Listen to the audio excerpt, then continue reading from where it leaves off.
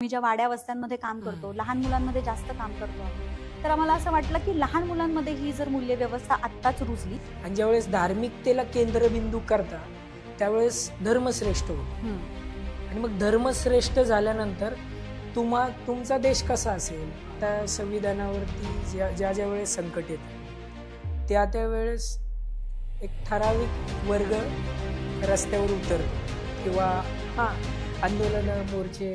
बडबडगीत लिहिलं होतं की खबडक खबडक घोडोबा घोड्यावर बसले लाडोबा, खबडक खबडक घोडोबा घोड्यावर बसले लाडोबा, लाडोबाचा देश चालवतं कोण?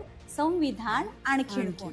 चांगलं काम करू वाटत नाही, भावनांना पोहोचवलं जात नाही. मग काय? फतवा काढा, सापळा रचा. फतवा काढा, सापळा रचा. फतवा काढा म्हणजे काय? नमस्कार. आज आपण संविधान या विषयावरती महत्त्वाचा पॉडकास्ट करणार आहोत. त्यासाठी आपल्यासोबत कवी, लेखक आणि डायरेक्टर हृदयवान अशोक आहेत. त्यांनी दिशा, वेरीज भेडवाड्यासारख्या कलाकृती डायरेक्ट केलेल्या आहेत. त्याचबरोबर आहेत शीतल यशोधरा मॅडम, ते स्वतः इंजिनियर आहेत. त्याचबरोबर संविधान संवाद समिती यावर त्या कार्यरत आहेत. त्याचप्रमाणे हे दोघंही संविधान हे लोकांपर्यंत आणि तळागाळात पोहोचवण्याचं काम करतात. दोघांचंही स्वागत. नमस्कार. तुम्हाला का वाटलं की आत्ताच्या या घडीला की संविधान लोकांपर्यंत पोहोचलं पाहिजे? सर्वात प्रथम तुम्हा सगळ्यांचं खूप खूप अभिनंदन की ह्या तरुण फळीनं संविधान हा विषय स्वतःच्या हातात घेतलाय आणि आपण त्याच्याबद्दल चर्चा करावी याच्यासाठी खरं तर ग्राउंडवर काम करणाऱ्या आम्हा दोघांना इथे बोलवलंय. त्याबद्दल तुमचं खरंच मनपूर्वक आभार. आणि संविधान आत्ता लोकांपर्यंत पोहोचावं अशी गरज का वाटली आम्हाला? तर याचं उत्तर असं आहे की संविधान लागू होऊन आता 75 वर्ष झाली आहेत, बरोबर. आत्ताच आपण त्याचं अमृत महोत्सवी वर्ष साजरं केलं. सरकारने सुद्धा हर घर संविधान असं एक GR काढला. त्यानुसार प्रत्येक घरामध्ये संविधान पोहोचलं पाहिजे. पण संविधान पोहोचलं म्हणजे फक्त त्याचं पुस्तक पोहोचणं का? तर संविधान ही एक मूल्य व्यवस्था आहे. तुमच्या आमच्या जगण्याशी, रोजच्या जगण्याशी निगडीत असलेली मूल्य व्यवस्था आहे. म्हणजे तुम्ही जर बघितलं तर मानवी वैश्विक मूल्य जी आहेत म्हणजे प्रेम, बंधुता, एकात्मता, एकता, तुमच्याबद्दलचा माझ्या मनातला असलेला आदर किंवा समोरच्याचं स्वातंत्र्य मान्य करणं, ह्या सगळ्या ज्या गोष्टी आहेत, ह्या सगळ्या गोष्टी ज्या आहेत ते वैश्विक मूल्य आहेत जगातली. आणि ह्या सगळ्या वैश्विक मूल्यांचा सार आपल्या संविधानामध्ये आहे, भारतीय संविधानामध्ये. मग जर रोज जगताना माणसांना ही मूल्य व्यवस्था समजून जर त्यांच्या समाजाचा, त्यांच्या आजूबाजूच्या लोकांचा, शिवाय स्वतःचाही असा एक प्रगतीचा आलेख उंचावत जावा, याच्यासाठी मुळापर्यंत खोलात ही संविधानाची मूल्य रुजावीत. आणि सगळ्यात महत्त्वाचं, आम्ही ज्या वाड्या वस्त्यांमध्ये काम करतो, लहान मुलांमध्ये जास्त काम करतो आम्ही, तर आम्हाला असं वाटलं की लहान मुलांमध्ये ही जर मूल्य व्यवस्था आत्ताच रुजली तर 75 वर्ष जे संविधान सामान्य लोकांपर्यंत पोहोचू शकलं नाही, तर ते संविधान सोप्या भाषेत करून ते सामान्य लोकांपर्यंत पोहोचवण्याचा प्रयत्न करावा. आणि आत्ताची परिस्थिती तुम्ही बघत आहात की आत्ताच्या ह्या ज्वलंत परिस्थितीमध्ये एका ठिकाणी आपला देश एका वेगळ्या मार्गावर चालत आहे. तर त्या मार्गावरती पुढे जाऊन अजून आपण खोलात दरीत पडू नये याच्यासाठी आधीच मुलांना अलर्ट करणं किंवा तुमच्यासारख्या तरुण पिढीला अलर्ट करणं, घडवणं, ही आम्ही आमची संविधानिक नैतिकता मानतो, जबाबदारी मानतो.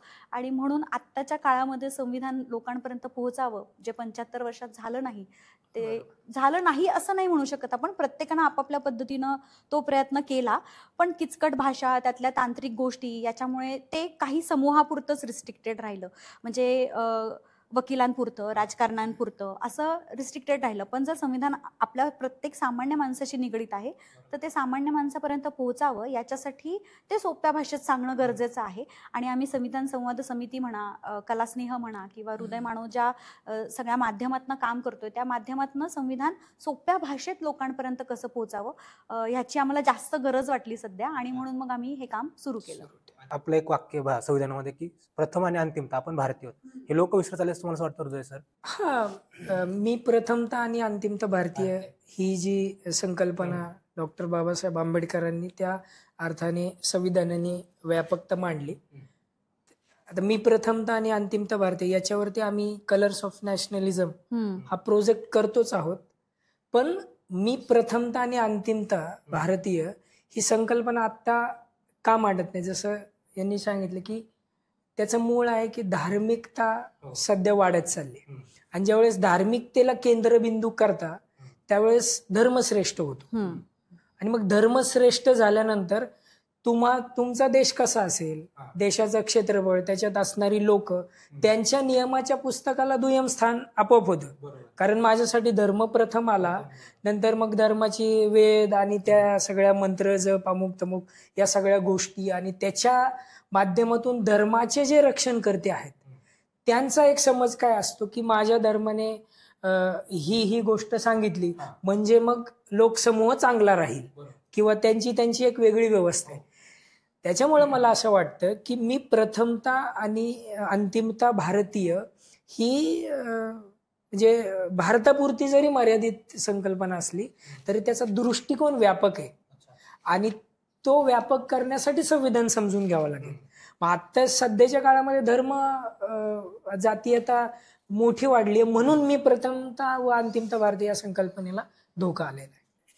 अजून एक बाबासाहेबांचं अजून एक वाक्य आहे की हे जे आपलं संविधान जेवढं चांगलं आहे तेवढंच वाईट आहे, म्हणजे वाईट लोकांना दिलं तेवढंच वाईट आहे. त्याचा अर्थ नेमका काय तुम्ही विश्लेषण करून सांगू शकता? सगळ्यात आधी ना आपल्याला या सगळ्याच्या आधी संविधान म्हणजे नेमकं काय हे समजून घ्यायला पाहिजे. म्हणजे आपल्याला अजूनही असं वाटतं की संविधानाशी माझा काही संबंध नाहीये. मी माझं ऑफिसला जाणार, मी माझं घरी येणार, माझ्या उमऱ्याच्या आत माझं परिवार आहे, माझी मुलगी शिकतीये, माझा मुलगा शिकतोय, उच्च शिक्षण घेण्यासाठी ते बाहेर जातील. पण ह्या सगळ्या सोयी किंवा तुमच्या आजूबाजूचं हे सगळं वातावरण तयार जे झालेलं आहे तेच मुळात संविधानामुळे तुम्हाला झालेलं. तुमच्या दारात, तुमच्या घरात सिंकला जे पाणी येतं ते भारतीय संविधानातल्या समाजवादाची देण आहे. तुम्ही आज मताचा अधिकार बजावताय ते तुम्हाला लोकशाहीने दिलेला तुमचा तो अधिकार आहे. तुम्ही म्हणताय की माझा देश लोकशाही गणराज्य पद्धतीचा आहे, तर तुमचा देश सार्वभौम देश आहे हे तुम्हाला सांगतं. म्हणजे मुळात संविधान म्हणजे काय तर आपण शाळेत जातो बरोबर, आपल्या शाळेला काहीतरी नियम असतात बरोबर की नाही. म्हणजे शाळेमध्ये वेगवेगळ्या स्तरातली मुलं येतात, विद्यार्थी शिकायला येतात.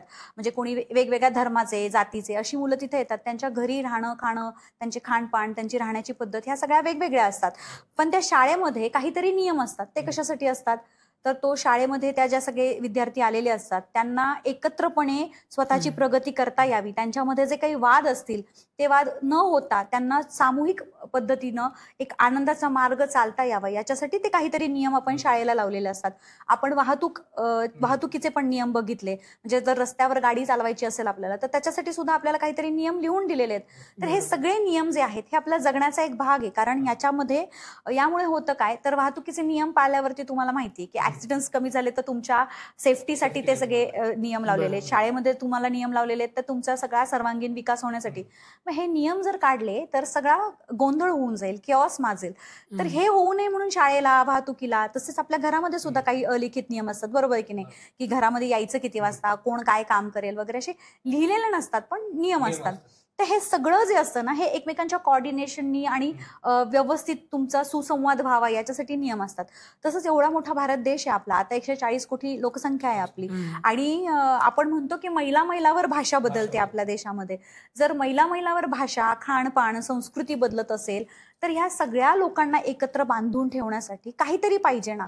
मग त्या सगळ्या लोकांना एकत्र बांधून ठेवण्यासाठी जी लिखित नियमावली आहे त्या लिखित नियमावलीला म्हणतात भारतीय संविधान. ज्याच्यामध्ये आपला देश कसा चालणार, आपल्या देशाने कसा कारोबार करावा किंवा प्रत्येक क्षेत्रामध्ये काय काय नियम असावेत ह्याचं सगळ्याचं नोटिफिकेशन त्याच्यामध्ये करून ठेवलेलं आहे. मग त्याच्यामध्ये मूलभूत हक्क आहे, तुमचे कर्तव्य आहेत, DPSP वगैरे सगळं या सगळ्या गोष्टी तुम्ही त्याच्यामध्ये बघाल. पण मग मुळात संविधान म्हणजे काय तर माझ्या रोजच्या जगण्याचा भाग आहे हे असं आपण म्हणतो बरोबर की नाही. मग ते संविधान जसं आपण समजून घेतलं पाहिजे. एकदा की आपल्याला संविधान समजलं की आता माझ्या रोजच्या जगण्याचा भाग आहे संविधान, मग सगळं वाचत बसायचं का तर ते वाचत बसायला खूप टेक्निकल भाषा आहे. कधी कधी आपल्याला असं वाटतं, म्हणजे बऱ्याचदा आम्ही जेव्हा संवादासाठी जातो तेव्हा आम्ही जेव्हा विचारतो की तुम्ही संविधान पाहिलंय का तर ते हो म्हणतात. आणि मग किती जणांनी हातात घेतलंय तर ते हात वर करतात सगळेजण. आणि मग फोटो किती जणांनी काढलं मग त्याच्यामध्ये आणखी हात वर होतात.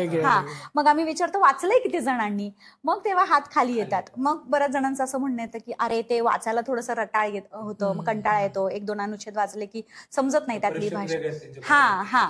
तर मग ती भाषा समजायला थोडीशी अवघड आहे. मग आम्ही त्यांना म्हणतो की ठीक आहे, मग आम्ही त्यांना संविधानाची प्रास्ताविका दाखवतो आणि मग आम्ही त्यांना म्हणतो की तुम्ही हे पाहिलंय का.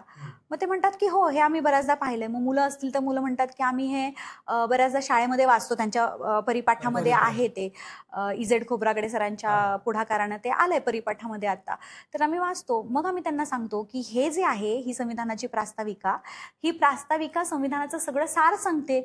मग ही प्रास्ताविका समजून घेणं म्हणजे संविधान समजून घेणं याच्या बाजूनं उचललेलं पहिलं पाऊल आहे असं आम्हाला वाटतं. म्हणून मग आम्ही वस्त्यांमध्ये, वाड्यांमध्ये, शाळांमध्ये जिथे कुठे जातो तिथे संविधानाची जी प्रास्ताविका आहे, म्हणजे आम्ही साधा प्रश्न विचारतो की संविधानाची प्रास्ताविका तुम्ही रोज बघता, मग हे एकूण किती वाक्य आहेत असा प्रश्न विचारतो आपण. 75 वर्ष झाली आहेत, सगळ्यांना संविधान माहिती आहे आणि संविधान माझ्या देशाचा सर्वोच्च कायदा आहे, तर आम्ही सहज असं विचारतो की काय बुवा की एक प्रास्ताविका दाखवतो आणि म्हणतो की ही संविधानाची प्रास्ताविका किती वाक्यांची आहे. मग मुलं थोडीशी विचारात पडतात, मोठी माणसंही विचारात पडतात, वकीलही विचारात पडतात. कारण रोजच आहे ना, मग आपण त्याच्याकडे लक्ष देत नाही, मग ते काउंट करा. मग आम्ही म्हणतो की मोजून बघा, मग ते मोजतात 16, 17, 18, 19, मग उत्तर येतात 17, 20 वगैरे वगैरे. मग जेव्हा आम्ही त्यांना सांगतो की नाही संविधानाची प्रास्ताविका 74 शब्दांचं एक अखंड वाक्य आहे, फक्त एकच वाक्य आहे, हे जेव्हा आम्ही त्यांना सांगतो तेव्हा त्यांना खूप आश्चर्य वाटतं. म्हणजे बघा 75 वर्ष झाली आहेत आणि ज्या संविधानाच्या प्रास्ताविकेमध्ये आपण म्हणतो की ही संविधानाची चौकट आहे, हे महाद्वार आहे संविधानाचं, की तुम्हाला संविधान समजून घ्यायचं असेल तर आधी हे समजून घ्यावं लागेल, तेच किती वाक्यांचं आहे हे आपल्याला 75 वर्ष झाले माहीत. ही शिक्षकांची, म्हणजे काही शिक्षक असतात, नाही असं नाही, प्रत्येक प्रोफेशनमध्ये अपवाद हा असतोच.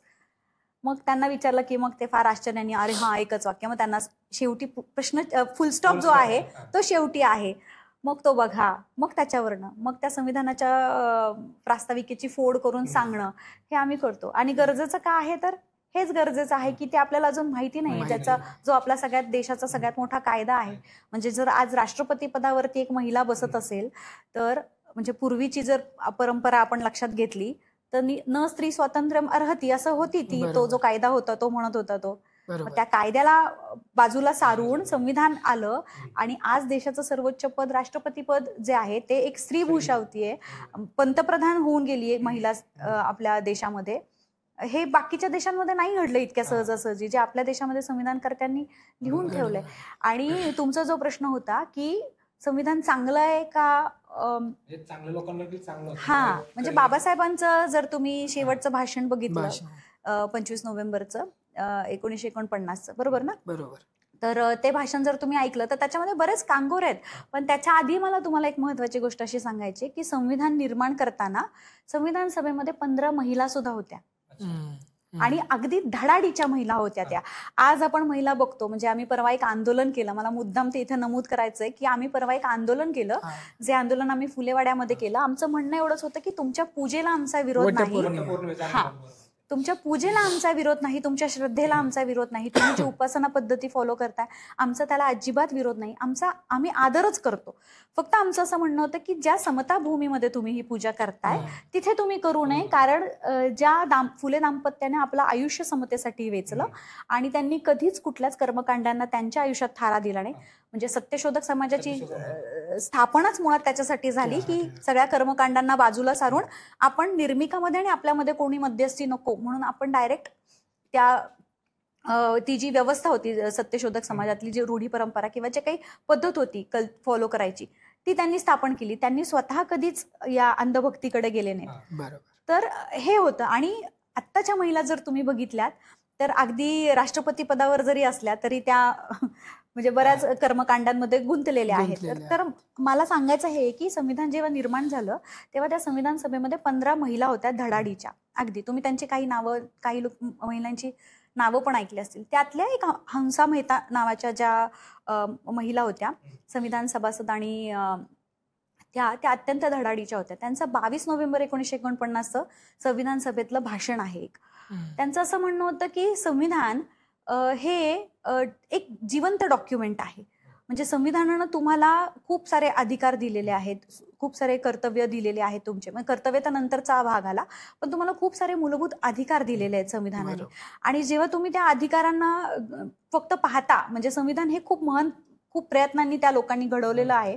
आणि हे संविधान चांगलं आहे का वाईट आहे हे तुम्ही कधी ठरवणार? जेव्हा संविधान लागू होईल आणि त्या संविधानाने सर्वसाधारण सामान्य माणसांचं हित साध्य होईल तेव्हा तुम्ही ते संविधान चांगलं आहे असं म्हणू शकता. आणि याच्या उलट जेव्हा हे संविधान आपण लोकांच्या हितासाठी वापरत नाही, त्यांचं अहित ज्याच्यामधनं होतं, तेव्हा आपण असं समजायचं की संविधान अजिबात चांगलं नाहीये जे काही तयार झालेलं आहे.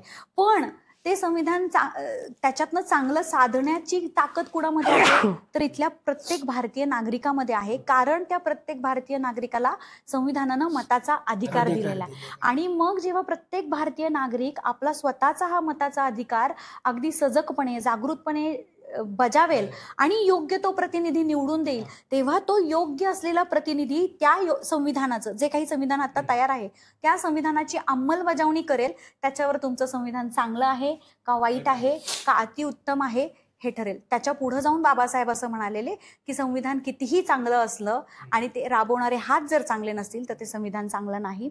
संविधान कितीही टुकार जर बनवलेलं असेल पण ते राबवणारे हात प्रामाणिक आणि चांगले असतील तर ते संविधान चांगलं होईल. थोडक्यात भारतीय लोकांच्या हितासाठी जे संविधान तुम्ही वापरताय किंवा त्याच्या बाजूनं ते वापरताय ते संविधान चांगलं. आपलं संविधान खूप चांगलं आहे पण राबवणारे हात बरोबर, पण त्याच्यासाठी कारणीभूत पण आपणच आहोत. तुम्ही आता मतदानाचा अधिकार सांगितलं पण आता लोक बजावत नाहीयेत. तुम्ही आता बघितलं आताच्या इलेक्शन मध्ये काय झालं ते, त्यामध्ये तुम्ही कसं जनजागृती करता लोकांमध्ये त्या मुद्द्याला धरून? आम्ही जेव्हा संविधानाची प्रास्ताविका किंवा संविधान म्हणजे काय जेव्हा सांगायला जातो तेव्हा आम्ही संविधानाच्या प्रास्ताविकेचे भाग करतो. तर त्या पहिल्या भागामध्ये आम्ही भारताचे लोक असं आम्ही सांगतो. तर मग आम्ही म्हणजे काय, भारताचे लोक म्हणजे काय, तर आम्ही म्हणजे कोण, तर ह्या देशामध्ये ज्या लोकांची सत्ता आहे, ऊर्जेचा स्रोत जो आहे, सत्तेचा स्रोत आहे, तो आम्ही भारताचे लोक, बरोबर की नाही. मग त्याच्यानंतर आम्ही सांगतो की देश कसा घडवायचा आपल्याला, सार्वभौम समाजवादी धर्मनिरपेक्ष लोकशाही गणराज्य पद्धती. मग आता लोकशाही या मूल्याने जर तुम्हाला मताचा अधिकार दिला असेल तर तुम्ही तो डोळसपणे बजावता का, असा प्रश्न आम्ही त्यांना विचारतो. मग ते थोडेसे बुचकळ्यात पडतात की निभावतो म्हणजे मग कसं काय करतो. मग आम्ही त्यांना एक उदाहरण देऊन समजून सांगतो की तुम्ही बाबा एका कंपनीचे मालक आहात, मग त्या कंपनीसाठी तुम्ही सीईओ आहात त्या कंपनीचे आणि तुम्हाला तुमच्या कंपनीसाठी एक मॅनेजर नेमायचा आहे. मग तुम्ही कसा नेमाल. मग आम्ही त्यांना ऑप्शन देतो की एक तुमच्या धर्माचा येतो, एक तुमच्या जातीचा येतो, एक तुमच्या आमच्या नात्यातला येतो, एक तुम्हाला लाच देणारा येतो, एक दंडुकशाही करणारा येतो. असे 5 कॅन्डिडेट आम्ही तुम्हाला देतो. मग ते समोरचे जरा विचार करतात, ते म्हणतात नाही आम्हाला आमच्या कंपनीसाठी असा मॅनेजर नको. मग कसा हवा. मग ते सांगतात तो एलिजिबल हवा, तो क्वालिफाईड हवा, तो स्किल्ड हवा, त्याला माझ्या कंपनीची भरभराट कशी होईल हे त्याला समजायला पाहिजे, तो लॉयल हवा. ह्या सगळ्या कंपनींचा ह्या सगळ्या टर्म्स अँड कंडिशन्स आम्ही त्या एम्प्लॉई म्हणजे जो आम्हाला मॅनेजर हवा आहे आमच्या कंपनीसाठी त्याला आम्ही ह्या सगळ्या टर्म्स अँड कंडिशन्स लावू असं ते आम्हाला उत्तर देतात. मग आम्ही त्यांना विचारतो की आहे का हो तुमची कंपनी. मग ते म्हणतात नाही, कारण आपण इमॅजिन केलंय ना की तुम्ही सीईओ आहात एका कंपनीचे. मग आम्ही त्यांना म्हणतो नसलेल्या कंपनीचे तुम्ही मालक आहात आणि त्या कंपनीसाठी तुम्हाला इतका चांगला मॅनेजर पाहिजे.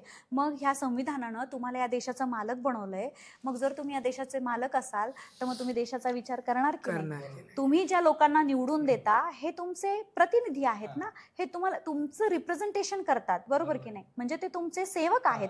म्हणजे आपण पंतप्रधान म्हणतो, बरोबर ना, पण ते प्रधान सेवक म्हणायला पाहिजे आपण, कारण ते सेवक आहेत आपले. हा, आणि जेव्हा आपण आपले सेवक निवडतो मग तेव्हा हे क्रायटेरिया कुठे जातात.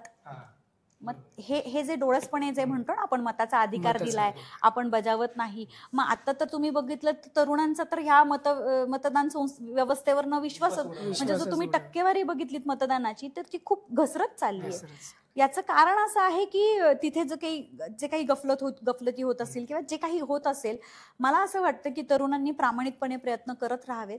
दिवस नक्कीच बदलतील असं मला तरी खूप आशा आहे. हा, संविधानावर काहीतरी गैरसमज आहेत लोकांमध्ये, त्याबद्दल तुमचं मत काय नेमकं आणि कुठले गैरसमज आहेत नेमकं लोकांमध्ये? संविधानाबद्दल गैरसमज म्हणजे की उदाहरणार्थ जसं डॉक्टर बाबासाहेब आंबेडकर राज्यघटनेचे शिल्पकार आहे, हे सगळ्यांना माहितीच आहे. आणि मग ज्यावेळेस आता संविधानावरती ज्या वेळेस संकट येतात त्यावेळेस एक ठराविक वर्ग रस्त्यावर उतरतो किंवा आंदोलन मोर्चे ह्या सगळ्यामध्ये एकच वर्ग येतो. तर संविधान हे त्यांचंच आहे की समजा बुद्धिस्ट वर्ग आहे, महार, माता किंवा बहुजन, तर बहुजन वर्ग संविधानाच्या रक्षणासाठी त्या सगळ्या मूल्यांचं जर उल्लंघन झालं तर त्याच्यासाठी उतरतो आणि मग संविधान हे त्यांचंच आहे असं मानणारा एक वर्ग आहे. आणि मग दुसरा वर्ग असं म्हणतो की जर संविधान त्यांचंच आहे तर मग आम्ही कशाला पाळायचं. तर ते पाळण्याचा विचार करत नाही. म्हणजे जे लोक म्हणतात की संविधान त्यांचंच आहे आम्हाला कशाला पाळायचं, हा वर्ग धर्माला जवळ करतो. आणि मग धर्माला जवळ केल्यानंतर त्यांचं जे संविधान आहे म्हणजे जसं म्हटलं जातं की हे बहुजनांचंच संविधान आहे, पण त्यांच्यासाठी जेव्हा सोयी सुविधा आणि ह्या सगळ्यांचा गोष्टींचा प्रभाव येतो त्यावेळेस मग ही लोक सुद्धा वेगवेगळ्या पद्धतीने म्हणजे धार्मिक पद्धतीने विरोध करायला सुरू आहे. तर मग सगळ्यात मोठा गैरसमज एवढ्या वर्षापर्यंतचा संविधानाबद्दल हाच आहे की संविधान त्यांचं आहे तर आम्ही कशाला पाळायचं. आणि मला ह्याच्यामध्ये कट्टरता पण दिसून येते की आमचं संविधान आहे मग दुसऱ्यांनी काय केलं की हिंसेला प्रवृत्त हिंसात्मक पद्धतीने. त्याच्यामुळे हा जो गैरसमज मिटवायचा असेल तर मग असे संविधान संवाद झाले पाहिजे तळागाळापर्यंत. आणि आम्हीच साधारणपणे शाळा महाविद्यालय हे केंद्रबिंदू का ठेवलेले तर तो वयोगट जो आहे तो नव्याने उभं राहणार आहे किंवा त्यांची दिशा ठरायची तो सगळा वर्ग आहे. पण हा गैरसमज याची पुढची बाजू म्हणजे की संविधान यांचंच आहे तर आम्ही कशाला पाळायचं. आणि मग हा वर्ग काय बोलतो संविधान आमचं आहे. मग जसं की बाबा धर्म स्वातंत्र्याच्या हक्कामध्ये जसं की आता वटपौर्णिमेचा संदर्भ तुम्हाला तुमच्या धर्म स्वातंत्र्य जे काय श्रद्धा उपासनेचं स्वातंत्र्य दिलेलंच आहे हे संविधानामध्ये आहेच आहे. पण मग आमचं संविधानाला कवटाळल्यामुळे कट्टरतावादी लोकांनी मग संविधान गुदमरायला लागले असं पण मला एका ठिकाणी वाटतं. म्हणून त्याचं अंतिमता काय आहे की संविधान आमचं आहे मग त्याची जबाबदारी आमचीच आहे आणि संविधान तुमचंच आहे तर घ्या तुमची जबाबदारी. याच्यातली दरी हा सगळ्यात मोठा गैरसमज आहे. आणि हा गैरसमज संविधानाची जनजागृती मूल्यांची जनजागृती संविधान काय आहे जो सगळा प्रयत्न सुरूच आहे. मी यालाच कंटिन्यू करेल असं की गैरसमज असे आहेत किंवा लोक ते ऍक्सेप्ट का करत नाहीत पटकन. एकतर भारतीय संविधान हे जगातलं सगळ्यात मोठं लिखित संविधान आहे. तुम्ही जर बघितलं तर त्याच्यामध्ये जेव्हा ते तयार झालं तेव्हा 395 कलमं होती, 22 भाग आणि तेव्हा 8 परिशिष्ट होती. नंतर काही परिशिष्ट त्याच्यात जोडण्यात आली आणि नंतर जसं अमेंडमेंट होत गेल्या तसं आता 448च्या वरती आता सध्या प्रेझेंटला आपल्या संविधानामध्ये अनुच्छेद आहे. एक तर ते इतकं मोठं लिखित संविधान आहे त्यामुळे ते थोडंसं लेंदी झालेला आहे. तो एक त्याचा गैरसमज लोकांच्या बाबतीत म्हणू शकतात लोक. त्याशिवाय त्याची भाषा जी आहे ती खूप टेक्निकल आहे. म्हणजे सामान्य माणसाला समजणार नाही अशी त्याच्यामध्ये भाषा आहेत. काही शब्द खूप जड वापरलेले. त्यानंतर बऱ्याच लोकांचं असं म्हणणं आहे की बऱ्याच ठिकाणावरनं बऱ्याच गोष्टी घेतलेल्या आहेत संविधानामध्ये. तर ते फारच नैसर्गिक होतं मला असं वाटतं. कारण जर तुम्ही बघितलं आपल्या देशाची भौगोलिक परिस्थिती सारखी नाहीये. म्हणजे एक संविधान जेव्हा तुम्हाला बनवायचं असतं तेव्हा एक तर त्या देशामध्ये एकच कुठला तरी धर्म असायला पाहिजे. म्हणजे जेव्हा तुम्हाला एखादा नियम बनवायचा असतो, संविधानाच असं नाही, जर तुम्हाला एखादा नियम बनवायचा असेल तर त्या देशाची भौगोलिक कंडिशन एकसारखी पाहिजे किंवा भौगोलिक जरी नाही म्हटलं तरी तिथली माणसं जी आहेत ती एका धर्माची पाहिजे, त्यांचं सगळी संस्कृती एकसारखी पाहिजे, भाषा एकसारखी पाहिजे. पण आपल्या देशामध्ये इतकी विविधता होती, इतक्या वेगवेगळ्या अँगलने आपल्या देशाकडे बघितलं जात होतं. मग संविधानकर्त्यांवरती ही जबाबदारी होती की जी मूल्यव्यवस्था आहे, जी मानवी वैशिष्ट्य, म्हणजे संविधानाने ह्यातनं हे घेतलंय त्यातनं ते घेतलंय असा जो आरोप होतो तो आरोप म्हणण्यापेक्षा मला असं वाटतं की तो एक अभ्यासाचा रेफरन्सचा भाग होता की आपण रेफरन्सेस घेतलेले आहेत बऱ्याच संविधानाचे. तर जेव्हा आपण रेफरन्सेस घेतो तेव्हा आपल्याला जे काही सूट होतं आपल्या कंडिशन्स किंवा आपल्या देशाच्या जे काही मूल्यव्यवस्था सूट होती. आता संविधान बघितलं तर ती वैश्विक मूल्य आहेत. म्हणजे स्वातंत्र्य हे काय एका देशाची, म्हणजे तुम्ही म्हणता की स्वातंत्र्य समता हे फ्रेंच राज्यक्रांतीतनं आलेला आहे. पण स्वातंत्र्य समता बंधू तर ह्या मातीत पण होतीच ना. म्हणजे चार्वाकापासनं बुद्धापर्यंत तुम्ही तुकाराम महाराज घ्या, तुम्ही जनाई घ्या, तुम्ही कुणालाही घ्या, बसवांनांचे शिकवण घ्या, या सगळ्यांच्या शिकवणीमध्ये स्वातंत्र्याला महत्व आहे, समतेला महत्व आहे, मानवतावादाला महत्व आहे, बंधुतेला महत्व आहे. मग ही सगळी मूल्य ह्या मातीमध्ये होतीच. म्हणून मग तो जो एक गैरसमज आहे की आपलं संविधान वेगवेगळ्या लोकांच्या संविधानातनं बनवलेलं आहे, तर तो एक गैरसमज आहे. पण ही मूल्य व्यवस्था वैश्विक आहे आणि ती या मातीत सुद्धा होती. तर आणि जसा हा म्हटला की काही लोकांचं असं म्हणणं आहे की संविधान फक्त त्या एका विशिष्ट कम्युनिटीसाठी आहे, त्या एका विशिष्ट कम्युनिटीला असं वाटतं की संविधान फक्त आमचंच आहे आणि ह्याच्यामध्ये द्वंद्वामध्ये मग ते कदाचित मग ते लोक मान्य करायला तयार होत नाही की संविधान आमच्या सगळ्यांचा जगण्याचा भाग आहे म्हणून. असंच एक आहे की बाबासाहेबांबद्दल तसंच आहे की बाबासाहेब म्हणजे बहुजनच नेते, जसं संविधानात तसंच बाबासाहेबांचं पण. त्याबद्दल तुमचं मत काय की बाबासाहेब फक्त एका समाज नेते असं म्हणतात? अतिशय चुकीचा गैरसमज आहे हा. किंवा कारण बाबासाहेबांनी जेव्हा मजूर पक्ष स्थापन केला तेव्हा मजूर काय एका टिपिकल जातीचे होते का? एका टिपिकल धर्मात येत होते का मजूर? नाही. मग तुम्ही आता मजुरांसाठी किंवा कामगारांसाठीचे जे कायदे बघा, त्या सगळ्या कायद्यामध्ये आता मी समजा जर मला मॅटर्निटी लिव्हला जायचं असेल तर मग मी माझी जात सांगून मॅटर्निटी लिव्हला जायचं का? बाबासाहेबांनी ते तर सगळ्यांसाठी केलंय ना. परत अनुकंपा हे जे धोरण शासन राबवतं किंवा कॉम्पेन्सेशन देतं, हे काय एका पर्टिक्युलर जातीसाठी आहे का? तर बाबासाहेबांवरती सगळ्यात मोठा जो धब्बा लावलेला आहे हा, मी तर त्यांना समाजकंठक कलंकित माणसंच म्हणेल ज्यांनी लावलंय. तर हा धब्बा आहे. म्हणजे तुम्ही बाबासाहेबांचा नदी जोड प्रकल्प बघा, म्हणजे तेव्हा त्यांनी सांगितलं होतं की त्या तिकडच्या उत्तरेकडच्या ज्या नद्यांना उन्हाळ्यामध्ये पूर येतो त्या नद्या आपण जोडूयात आणि ज्या भागांमध्ये दुष्काळ येतो त्या दुष्काळी नद्यांना जोडूयात. याच्यामध्ये कुठला आलाय धर्म? याच्यामध्ये कुठली आली आहे जात? याच्यामध्ये मानवता हा एकच धर्म आहे ना. म्हणजे महाडचा सत्याग्रह सुद्धा बाबासाहेबांनी तो काय पाण्यासाठी केलेला नव्हता ना, तो मानवतेसाठी केलेला. म्हणजे जर आम्ही माणसं आहोत आणि आम्हाला तुम्ही माणसं म्हणून लेखतच नाहीये, ज्या तळ्यामध्ये गुरढोरं पाणी येऊन पितात त्या तळ्यामध्ये माणसांसारख्या माणसांना प्रवेश देत नाही तुम्ही. तो समतेचा संघर्ष होता. मंदिर कुठेही मिळालं असतं, पण तो मंदिरात प्रवेशाचा अट्टहास का केला? साने गुरुजींनी पण पुढे ते नेलं का केला तो अट्टहास? माणूस म्हणून जगण्याची तुम्ही आम्हाला संधी द्या, कारण तुमच्यासारखेच आहोत आम्ही. मग बाबासाहेबांवरती पर्सनली मला असं म्हणायचंय की हा जो कोणी ठपका ठेवलेला आहे की ते एका विशिष्ट धर्मासाठी त्यांनी काम केलं, एका विशिष्ट, हे वाक्य आम्ही परवा त्या आंदोलनामध्ये सुद्धा ऐकलं, तर हे अतिशय चुकीचं आहे. प्रत्येक वेळेस मीडिया पण हेच वाक्य उचलते, बऱ्यापैकी लोक असंच म्हणतात बहुजनांचे नेते वगैरे. तुम्ही मला एक सांगा, बाबासाहेबांना भारतीय संविधानाचे शिल्पकार म्हणतात. भारतीय संविधान लिहिताना म्हणजे संविधान समितीमध्येच जवळजवळ 299 लोक होती, त्या सगळ्यांचं कॉन्ट्रीब्युशन आहे. मसुदा समितीचं एक वेगळं कॉन्ट्रीब्युशन आहे आणि ते खूप महत्वाचं आहे. आणि मसुदा समिती 29 ऑगस्टला जेव्हा स्थापन झाली 46ला, त्याच्यानंतर बाबासाहेब अखंडपणे, म्हणजे जोपर्यंत तुम्हाला कॉन्स्टिट्यूशन अर्पण करत नव्हते इथल्या सामान्य लोकांना, तोपर्यंत बाबासाहेब त्या मसुदा समितीमध्ये काम करत होते. त्यांच्यासोबत बाकीचे जे 7 लोक होती ती काही वयानुसार किंवा काही बाहेरगावी होती, काही पॉलिटिक्समध्ये बिझी होती, ह्याच्यामुळे त्यांचं येणं जाणं होतं. पण तिथे माइलस्टोन सारखं काम जे केलेलं आहे ते बाबासाहेबांनी केलेलं आहे. म्हणजे खूप क्युम्युलेटिव्ह किंवा कॉन्क्रीट काम जे उभं करणं होतं ते बाबासाहेबांनी केलेलं आहे. त्यामुळे अर्थातच तुम्ही क्रिकेट खेळता तर क्रिकेटमध्ये कॅप्टनलाच तुम्ही महत्व देता ना. म्हणजे तुमची क्रिकेटची टीम जिंकली तर तुम्ही ट्रॉफी घ्यायला कॅप्टनना बोलवता, बरोबर की नाही? मग कॅप्टन सोबत सगळेजण येतात. मग मला असं पर्सनली असं वाटतं की बाबासाहेब हे भारतीय संविधान निर्माण करतानाचे कॅप्टन होते, काम केलेलं.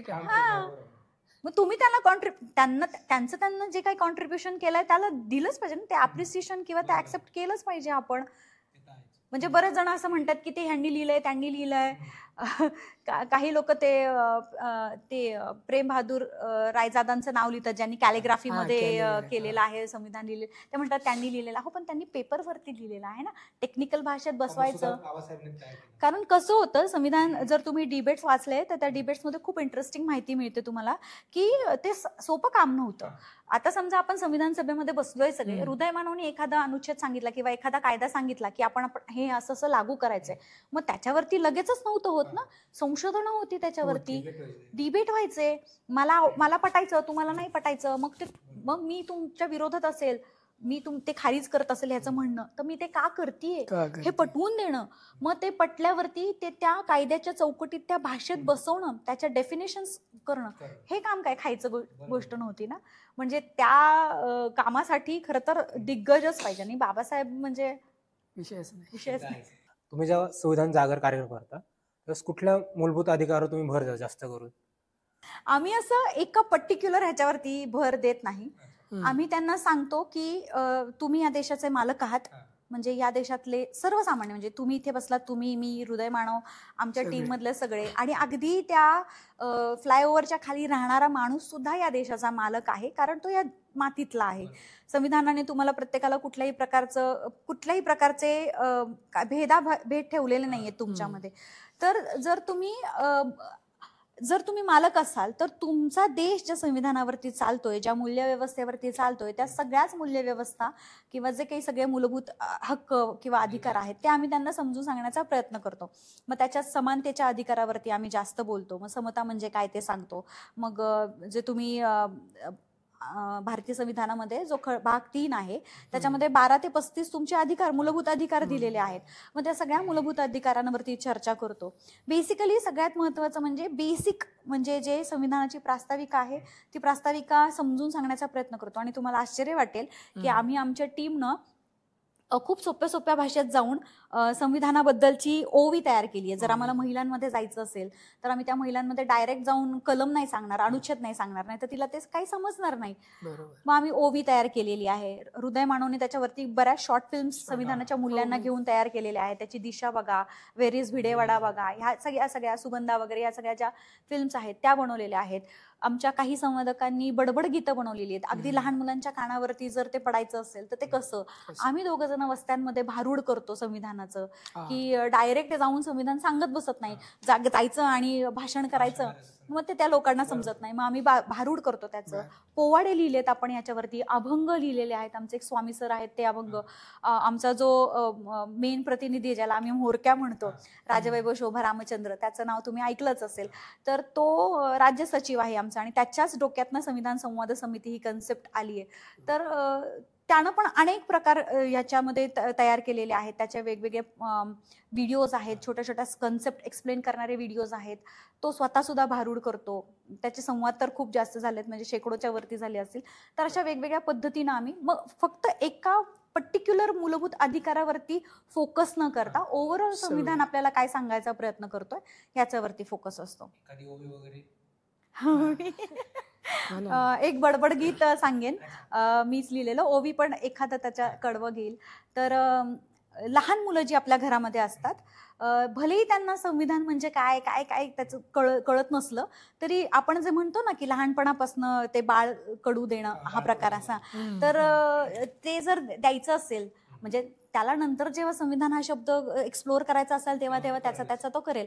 पण लहानपणापासून कानावरती जर त्याच्या पडायचं असेल तर आम्ही असं बडबडगीत लिहिलं होतं की खबडक खबडक घोडोबा, घोड्यावर बसले लाडोबा, खबडक खबडक घोडोबा, घोड्यावर बसले लाडोबा, लाडोबाचा देश चालवतं कोण, संविधान आणखीन कोण. म्हणजे त्या 3 वर्षाच्या 4 वर्षाच्या बाळाला जेव्हा केव्हा संविधान हा शब्द एक्सप्लोअर करायचा तेव्हा तो करेल. त्याचा अर्थ काय, पण निदान तो शब्द त्याच्या कानावर. म्हणजे आपण जे म्हणतो ना संस्कार करायला पाहिजेत, म्हणजे हे असे संस्कार जर आपण केले तर ते कदाचित आपल्या देशाच्या हिताचे असेल. आणि ओवी मध्ये म्हणजे मी काय फार सुरील गात नाही, पण काही ओवी अशी आहे की सुंदर माझे जात ग फिरते बहुत, या गया सयानो संविधान गाऊया, या गया सयानो संविधान गाऊया, गाऊया संविधान, समजूया संविधान, सांगूया संविधान, गरजूया संविधान. आणि मग त्याच्यात प्रत्येक मूल्याबद्दलची अशी 5 कडवी आहेत. म्हणजे स्वातंत्र्यावरती 1 कडवं, त्याच्यानंतर समतेवरती 1 कडवं, म्हणजे जी संविधानाची प्रास्ताविका आहे ती प्रास्ताविका एक्सप्लेन करणारी अशी एक ओवी आहे. मग जेव्हा मी त्या बाईच्या मुळात आम्ही स्वतःला संविधान संवादक म्हणतो, मी इथं बिल्ला पण लावलेला आहे. तर संवादाचा अर्थ आम्हाला कळालेला आहे की जेव्हा मी तुझ्या भावविश्वात येऊन जेव्हा तुझ्याशी बोलेल तेव्हा तो कनेक्ट चांगला होईल आणि मग तो संवाद चांगला होईल. म्हणून आम्ही स्वतःला संविधान संवादक असं म्हणतो की आम्ही तुमच्या भावविश्वात उतरून तुम्हाला समजेल किंवा आपली जी बोलीभाषा असेल त्या भाषेत बोलूयात. म्हणजे आपलं संविधान समजायचं लोकांना सोप्या भाषेमध्ये आणि त्यांचे प्राथमिक अधिकार जे आहेत त्यांना अजून माहित नाहीत ते. आता संविधान समजवण्यासाठी जसं की आता जो या मुलाखतीचा मुख्य अजेंडा आहे की सामूहिक पद्धतीने संविधानाचा प्रचार प्रसार कशा पद्धतीने केलं, तर आता संविधान तळागाळापर्यंत साध्या सोप्या भाषेमध्ये पोहोचण्याच्या संदर्भाने वेगवेगळे उपक्रम जसे सांगितले गेले, शाळा महाविद्यालय किंवा या झोपडपट्टींमध्ये. त्याच्यात मला सगळ्यात महत्त्वाचं काय वाटतं की आमचे जे उपक्रम शाळांमध्ये होतात ना, तो सगळ्यात महत्त्वाचा धागा मला वाटतो. कारण की शाळांमध्ये हे सातत्यपूर्ण होतं. काय सध्या की 26 नोव्हेंबर आहे, संविधान दिन आहे, मग त्याला सणाचं स्वरूप आहे म्हणून मग लगेच शाळा फोन करतात की आमच्या शाळेत संविधान दिन साजरा करायचा आहे, संविधानावर बोलायचं. मग त्या सणाला एक छान स्टेज बीज सगळं असतं, सत्कार वगैरे होतो आणि संविधानावरती जाऊन बोलणं होतं आणि नंतर नाही होत त्या शाळांमध्ये. मग तो फक्त सण होतो तेवढ्या दिवसापुरतं. म्हणून मला असं वाटतं की तो शाळा आणि कॉलेजच्या पातळीवरचा जो संविधान सांगण्याचा प्रकार आहे त्याच्यामध्ये सातत्य जर असेल तर, आणि साध्या साध्या गोष्टींतून लहान लहान मुलांसोबत जर केलं तर लहान मुलं आपल्या आईवडिलांना सांगतील, त्यांच्याशी चर्चा करतील. एक झालं ते. आणि दुसरं म्हणजे ते जसं की मी माझ्या पातळीवरती सिनेमाच्या पार्श्वभूमीवरती ते मूल्य, पण आता सिनेमाला चौकटी आहेत, म्हणजे की सगळं नाही सांगता येणार. जसं भिडेवाड्याचं एकच 51 क जे आहे किंवा राष्ट्रीय स्मारकांच्या अनुषंगाने तर तेवढं घेऊ शकतो, किंवा कलर्स ऑफ नॅशनलिझम जो आगामी प्रोजेक्ट आहे त्याच्यामध्ये जी मगाशी तुम्ही बोललात, मी प्रथमतः व अंतिमतः भारतीय, ही भूमिका आणि राष्ट्रवाद काय आहे, किंवा सध्या हुकुमशाहीकडे ज्या पद्धतीने आपण स्पीडमध्ये जातोय तर त्याच्यामुळे सर्वसामान्यांना संविधान समजवण्यासाठी एकतर विद्यार्थ्यांपासून एक, दुसरा म्हणजे हा कष्टकरी वर्ग जो आहे, अगदी म्हणजे उदाहरणार्थ की बचत गटातल्या महिला असतील, कचरा वेचणाऱ्या महिला असतील, का धुणेभांडी करणारे का ह्यांचं सगळ्यांचं जगणं काय माहितीये की पगार, मुलांचं शिक्षण आणि सकाळी उठून परत कामाला. त्यांना बातम्या पाहण्यात इंटरेस्ट नाहीये, किंवा कोणाला निवडून द्यायचं, कोणाला प्रखरतेने निवडून दिलं पाहिजे याच्यामध्ये त्यांना अजिबात इंटरेस्ट नाही. तर त्यांचं सातत्याने प्रबोधन करणं, इन्व्हॉल्वमेंट करणं, विद्यार्थ्यांचं सातत्याने प्रबोधन करणं, आणि ज्यांच्याकडे तांत्रिक पातळीवर, म्हणजे आता आपली पॉडकास्ट चालू आहे, हा सुद्धा एक प्रकार आहे त्याच्यातला, संविधानाची साध्या सोप्या भाषेमध्ये प्रचार प्रसार. कारण व्हिडिओ व्हिज्युअल माध्यमची एवढी ताकद आहे की खूप लोक घर बसल्या पाहतात. हा एक त्याच्यातला प्रकार. फक्त ते तंत्र माहीत असणं. माझ्यासारखे जे अजून सगळे आहेत सिनेमाचा दृष्टिकोन ठेवतात. दुसरं म्हणजे शिबिर राबवणं, शिबिराच्या माध्यमातून, आणि जसं शीतल मॅडम संविधान संवादक म्हणून हे करतात, मी करतो, तर तसे प्रशिक्षक तयार करणं हे सुद्धा गरजेचं आहे. आणि दुसरा मुद्दा, हे ठीक आहे, तर आम्ही तयार आहोत, आमची समजा 10-15 लोकांची टीम तयार आहे, पण लोक पण आली पाहिजेत.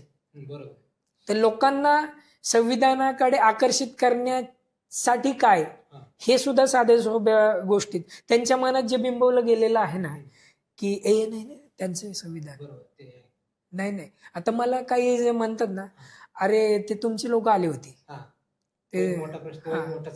कारण मला एक फोन आलता आमच्या तिथे संविधानाचा, ते तुमचं संविधानाचं घ्यायचं बरं का, संविधान तुमचे लोक आले, तुमचा कार्यक्रम घ्यायचा, हा आता तुमचं, पण ते तर झालं रे, तुमचा कार्यक्रम झाला, पण तुमचं ते संविधानाचं घ्यायचंय, हे लय भयानक होतं. मला असं म्हणायचंय की त्याच्यासाठी पण काही कॅची गोष्टी केल्या पाहिजेत आणि त्या ते जे तुमचं ते आमचं तुमचं जे आहे ते आपलं झालं पाहिजे. हा आपलं तुमचं जे आहे ते आपलं होण्यासाठी पण काहीतरी पर्याय दिले पाहिजेत. आणि ते पर्याय देणं म्हणजेच काय तर संविधान तुमचं आमचं नसून आपलं आहे हे. त्याच्यामुळं मला आत्ता या क्षणी तरी मला असं वाटतं तेवढे मार्ग अपेक्षित आहेत. मी यालाच कनेक्ट करून असं म्हणेल की पोहोचायचं असेल तुम्हाला तर तुम्हाला सगळं सोपं सोपं ठेवावं लागेल. म्हणजे आम्ही नेहमी उदाहरण देतो की संविधान 75 वर्षात अजून का नाही समजलं, तर मी मगाशी जसं म्हटलं की त्याची भाषा. मग आम्ही म्हणतो की तुकोबाच्या गाथा इंद्रायणीत बुडवल्या, मग त्या तरल्या वरती. मग आमचा मित्र सांगतो राजभाई भाऊ की कशा तरल्या, त्याला काय लॅमिनेशन केलं होतं का त्या कागदांना, मग त्या फ्लोट होऊन वर आल्या.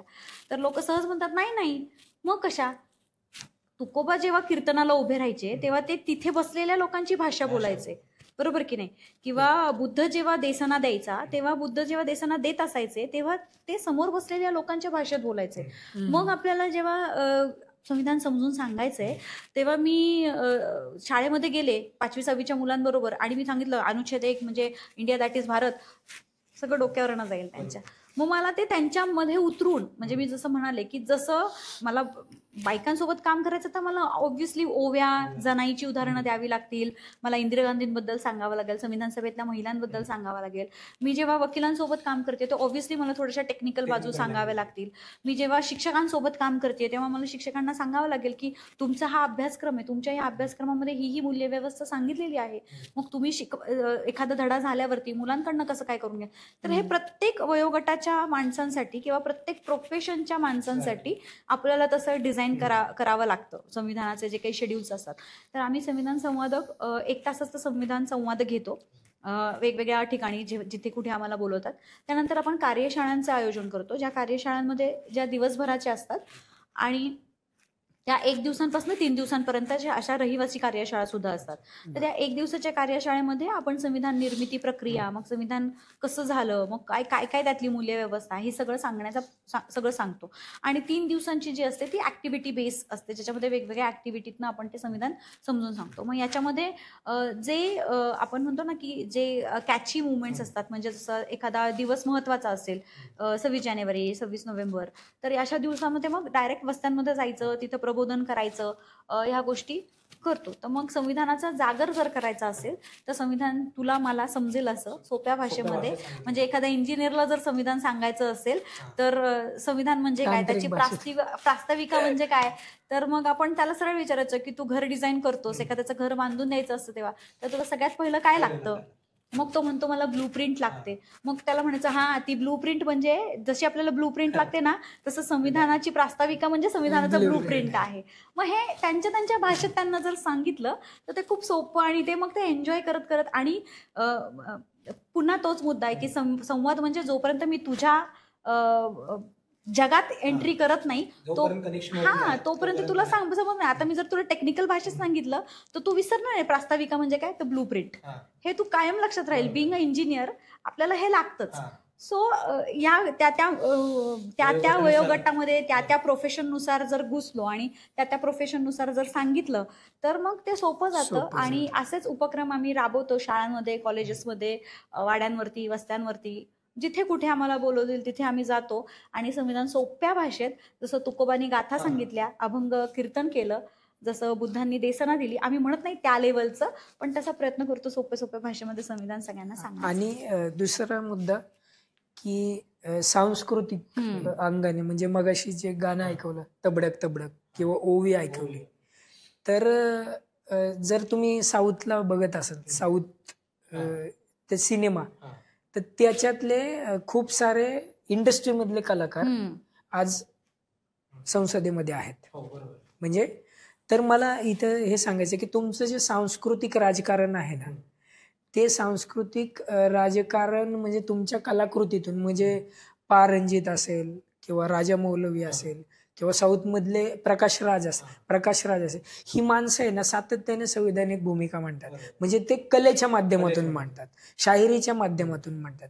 तर हा जो सांस्कृतिक संघर्ष किंवा सांस्कृतिक वारसा आहे ना, त्याच्या माध्यमातून सुद्धा संविधानाचा अधिक प्रचार प्रसार झाला पाहिजे. जसं वामनदादांनी गाण्याच्या माध्यमातून आणि त्याच्यावरच बाबासाहेब बोलले ना की माझ्या एका भाषणापेक्षा शाहिराचं एक गाणे आपले शाहीर अनुभवासाठी असतील, अमर शेख असतील. तर संवादाचं जे महत्व आहे त्या संवादामध्ये सांस्कृतिक पद्धतीने, जसं मगाशी उल्लेख केला भारुडाचा, तर तो एक सांस्कृतिक म्हणजे खूप एक तास एक काय म्हणजे काही काही भाषण होतात, चालतात, लोक उठून जातात.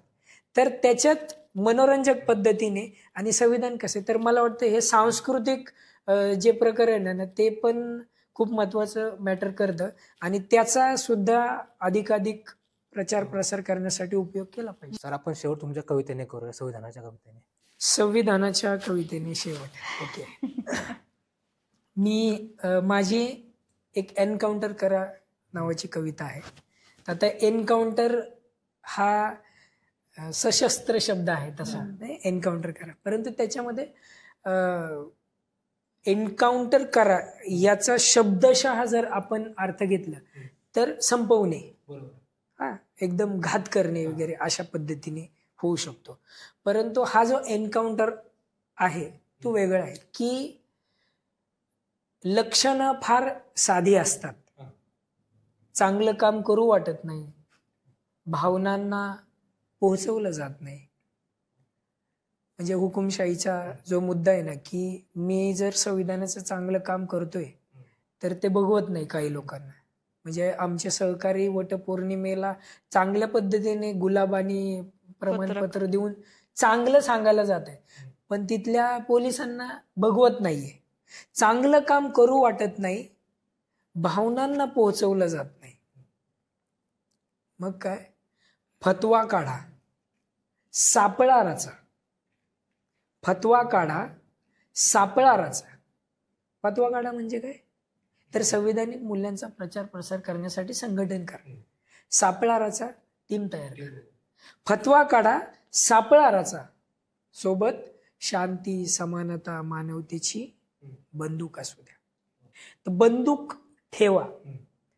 तर म्हणजे एक संकल्पना अशी आली होती की मी कविता लिहितोय आणि लगेच असा हात येतो, म्हणजे बंदुकीची सावली पडते कवितेवरती, घाबरतो, कविता चुरगळतो, फेकून देतो, बंदुकीची सावली गायब होते. तर सोबत शांती, समानता, मानवतेची बंदूक असू द्या. शांती, समानता, मानवता हा संविधानाचा मूल्य आहे. फतवा काढा की लक्षणं फार साधी असतात, चांगलं काम करू वाटत नाही, भावनांना पोहोचवलं जात नाही. फतवा काढा सापळा रचा, सोबत शांती, समानता, मानवतेची बंदूक असू द्या. आरोपीला सोबत घेऊन शांतीच्या घरात क्वारंटाईन करा. आरोपीला सोबत घेऊन शांतीच्या घरात क्वारंटाईन करा. आता मला इथे एक आवर्जून सांगायचंय की आरोपी म्हणजे कोण, ते तुमचा आमचा मुद्दा नाही का. आरोपीला सोबत घेऊन शांतीच्या घरात, संविधान हे शांततेचंच मूल्य सांगतं, क्वारंटाईन करा. तर मला असं वाटतं ह्या आपल्या क्वारंटाईन कोविडच्या लॉकडाऊनच्या काळामध्ये क्वारंटाईन होणं म्हणजे काय, बंदिस्त राहणं है ना, संपणं नव्हे. बंदिस्त का राहतात माणसं, तर मला काहीतरी आजार झालेले, त्याचं दवा डोळ्यांनी, आणि मला जो आजार झाला त्याची लागण होऊ नये, क्वारंटाईन होऊन मी माझं काळजी, म्हणजे तुझा आजार बरा होईपर्यंत तू क्वारंटाईन राहा. सोबत शांती, समानता, मानवतेची बंदूक असू द्या. आरोपीला सोबत घेऊन शांतीच्या घरात क्वारंटाईन करा. तुला तुझ्या डोक्यात जे झालंय ना, तू राहा तिथे. आम्ही तुला संपवत नाहीये, आम्ही हिंसाचारी नाही आहोत. शांती, समानता, बंदूक ठेवा. आरोपीला सोबत घेऊन शांतीच्या घरात क्वारंटाईन करा. प्रज्ञाशील करुणेचं सॅनिटायझर द्या. प्रज्ञाशील करुणेचं सॅनिटायझर द्या आणि मग एन्काउंटर करा. आणि मग एन्काउंटर करा. माणसाचा नाही, मानसिकतेचा. माणूस वाचला पाहिजे, समतेचा मार्ग टिकवण्यासाठी. माणूस वाचला पाहिजे समतेचा मार्ग टिकवण्यासाठी. सूत्रांना सांगा अखंड विश्वशांतीचं महत्व. सूत्रांना म्हणजे आपण लॉकडाऊनचं जाऊ द्या मरू द्या हो, आत्ता काय सूत्रांच्या माहिती नव्हतं. धक्कादायक दिलासादायक ही दोनच शब्द माहिती आहे ना. धक्कादायक दिलासादायक. सूत्रांना सांगा अखंड विश्वशांतीचं महत्व. वादळ वाऱ्यात झालेले घाव, महामानवांच्या त्यागाची महती. सूत्रांना सांगा रक्त सांडलेला इतिहास. संविधान असं बनलेलं नाही, भारताला स्वातंत्र्य असं मिळालं नाही, किंवा मानवतावाद पेरण्यासाठी सुद्धा हा सहजासहजी झालेला नाही. सूत्रांना सांगा अखंड विश्वशांतीचं महत्व. वादळ वाऱ्यात झालेले आरपार घाव, महामानवांच्या त्यागाची महती, रक्त सांडण्या आधीचे हसरे डाग. सूत्रांना सांगा अखंड विश्वशांतीचं महत्व. आणि मग एन्काउंटर करा. माणसाचा नाही, मानसिकतेचा. माणूस वाचला पाहिजे समतेचा मार्ग टिकवण्यासाठी. आणि शेवट त्याचा की शब्दांना शस्त्रापेक्षा धार असते, शब्द गंजत नाहीत शस्त्रासारखे. म्हणजे आता तुझ्या हातामध्ये पेन आहे की, म्हणजे साधारणपणे जेलमध्ये जर एखाद्या याला त्यांच्याकडे पेन पण घेऊ देत नाहीत, मागितल्यावर देतात. हा देतात पण टाकण्यासाठी. तुम्ही इजा करू शकता किंवा एकूण अशा पद्धतीने. शब्दांना धार असते शस्त्रांपेक्षा, शब्द गंजत नाहीत शस्त्रांसारखे. हे शब्दांची जी ताकद आहे ते भारतीय संविधान. आणि भारतीय संविधानाच्या माध्यमात म्हणजे आपण जसं मगाशी बोलताना सांगितलं की 299 सदस्य होते, मग पत्रव्यवहार झाला, हे झाला. पत्रव्यवहार झाला म्हणजे काय, लिहिलंच ना, विचारांची देवाणघेवाण तर झालीच ना. शब्दांपेक्षा धार असते शस्त्रांना, शब्द गंजत नाहीत शस्त्रांसारखे. फक्त विचारांचा नेम लावून उडवा.